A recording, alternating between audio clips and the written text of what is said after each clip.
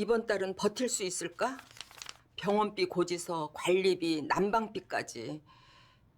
어떻게 해야 하나? 집 앞 우편함을 열어보면 병원비 고지서, 관리비, 난방비, 봉투를 뜯기 전부터 마음이 먼저 무거워집니다. 이번 달도 버틸 수 있을까? 그런 생각에 밤마다 잠자리를 뒤척이는 분이 많습니다. 평생 성실히 살아왔는데 나이 들었다는 이유만으로 집 걱정, 월세 걱정, 내일을 걱정을 해야 한다는 것이 참 서럽게 느껴질 때가 있습니다. 그런데 2026년부터는 어르신을 위한 아주 좋은 정책이 시행됩니다. 이제는 당신의 형편에 맞춰 국가가 주거를 다시 설계하고 있습니다. 오늘 이 이야기는 내가 여기서 계속 살아도 되는 걸까?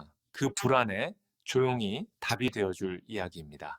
오늘 영상에서는 30년 넘게 복잡하게 나누어 있던 임대주택 종류를 하나로 합치는 과정에 통합 공공임대와 고령자 복지주택에 대해서도 확실히 짚어드리겠습니다.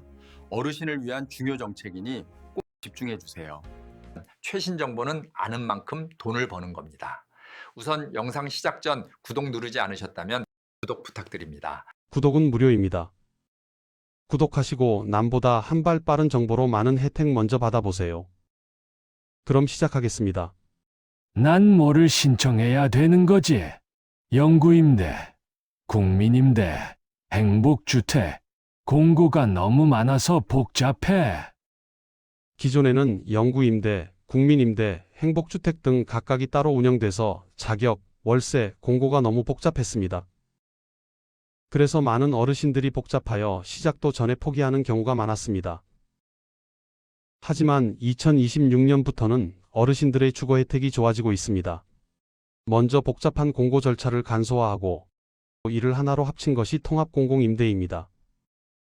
이제는 통합공공임대라는 공고 하나만 보면 되고 소득 수준에 맞춰 자동으로 임대료가 정해집니다. 또한 수급자, 차상위 계층, 저소득층, 청년, 고령자 등이 모두 같은 단지에 거주할 수 있게 되어 그에 따른 차별과 낙인도 없어집니다.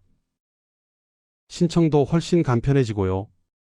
더 편하게 이해하기 위해 김순자 어르신의 간단한 사례를 하나 보면서 설명해 드리겠습니다. 안녕하세요. 저는 김순자입니다. 서울 외곽의 작은 임대 아파트. 저는 그곳 3층 끝집에 살고 있어요. 엘리베이터 없는 건물에서 하루에도 몇 번씩 계단을 오르내리는 일이 이제는 숨이 차고 무릎이 먼저 아픕니다. 월세는 17만 원. 기초연금으로는 빠듯하지만 그래도 여기 말고는 갈 데가 없다는 생각에 나는 그동안 참고 버텨왔습니다. 그러던 어느 날 같은 동네에 사는 친구가 이렇게 말했습니다. 순자야, 너 월세 얼마야? 난 월세가 8만 원밖에 안 나와. 나는 순간 귀를 의심했습니다. 어떻게 그게 가능해? 친구는 영구임대라는 집에 살고 있었고 제가 사는 곳은 국민임대였습니다. 집은 비슷한데 이름이 다르다는 이유만으로 월세는 거의 2배 가까이 차이가 났던 것입니다. 우리 형편은 크게 다르지 않았습니다. 둘 다 기초연금이 전부였고 자녀 도움도 거의 없었습니다. 그런데도 한 사람은 8만 원, 저는 17만 원. 집으로 돌아오는 길, 나는 계단을 오르며 혼잣말을 했습니다. 내가 더 벌어서 그런 것도 아닌데 왜 나만 더 내야 하지? 그날 밤 나는 잠을 이루지 못했습니다. 며칠 뒤 동주민센터에서 열린 설명회에 갔어요. 그곳에서 처음으로 통합공공임대라는 말을 들었습니다. 공무원은 이렇게 말했어요. 이제는 집의 종류가 아니라 어르신의 소득에 따라 월세가 정해집니다. 소득이 낮을수록 더 적게 내게 되는 방식입니다. 나는 조심스럽게 다시 물어봤어요. 그럼 나 같은 사람도 월세가 줄어들 수 있다는 말인가요? 직원은 고개를 끄덕였어요. 네. 어르신, 기초연금만 받으시면 소득 하위 구간에 해당돼서 앞으로는 시세의 일부만 부담하게 됩니다. 집으로 돌아오는 길, 내 발걸음은 조금 가벼워져 있었습니다. 그리고 몇 달 뒤 나는 통합공공임대 단지로 이사했어요. 문턱 없는 현관, 손잡이가 달린 화장실, 아래층에는 작은 복지관과 식당이 있었습니다. 그리고 무엇보다 달라진 건 매달 통장에 남는 돈이었어요. 예전에는 월세를 내고 나면 병원비가 걱정이었지만 이제는 약값도 난방비도 조금은 숨을 돌릴 수 있게 되었습니다. 지금까지 김순자 어르신의 사례를 봤습니다. 이 사례에서 보듯이 이제는 통합공공임대로 소득 수준에 따라 임대료가 달라집니다. 그렇다면 가장 궁금한 부분이 남아 있습니다. 그래서 월세가 어떻게 바뀌는 거야? 결론부터 말씀드리겠습니다. 수급자와 저소득 어르신들의 부담은 오히려 더 공정해지고 경우에 따라 더 낮아집니다.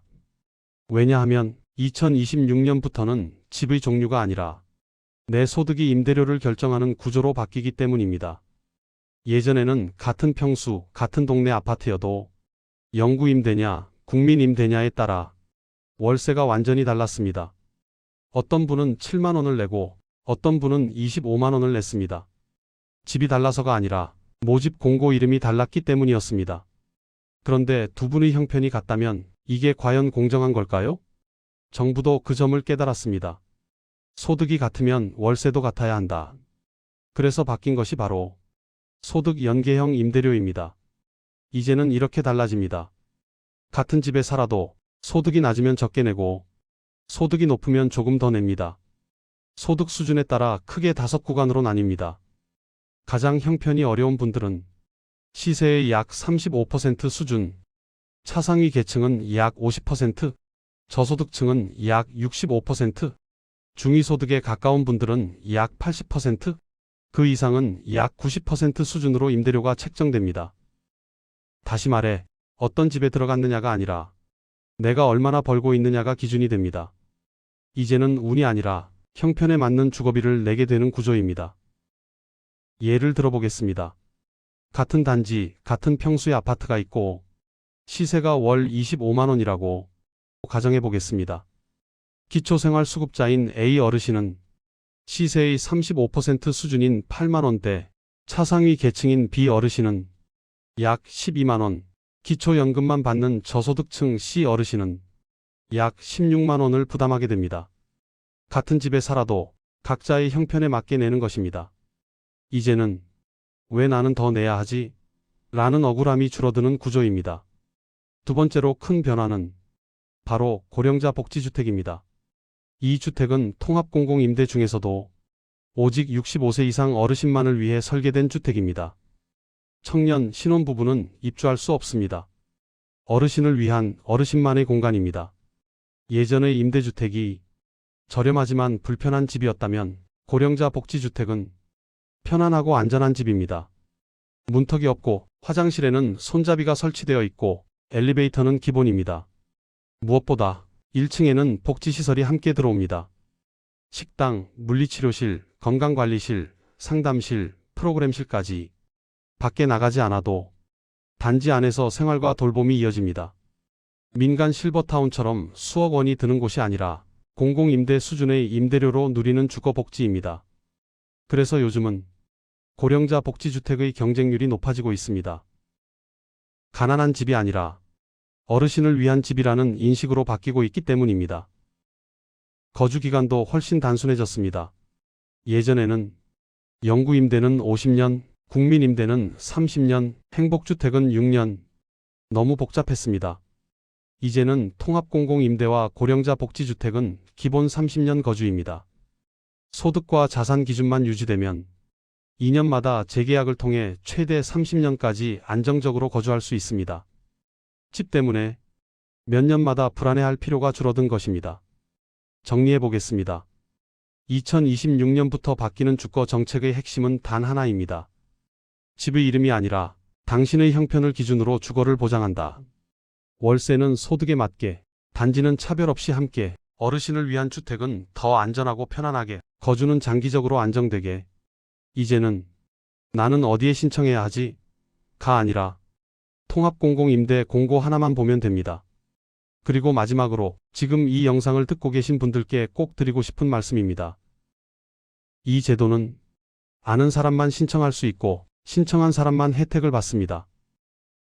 주변에 집 걱정, 월세 걱정으로 밤잠 설치는 어르신이 계시다면 이 이야기를 꼭 전해주세요. 그리고 꼭 공유해주세요. 정보는 나눌수록 누군가의 삶을 조금 덜 불안하게 만들어줍니다. 아직 구독과 좋아요 누르지 않으셨다면 구독 눌러주시고 좋은 혜택 먼저 받아가세요.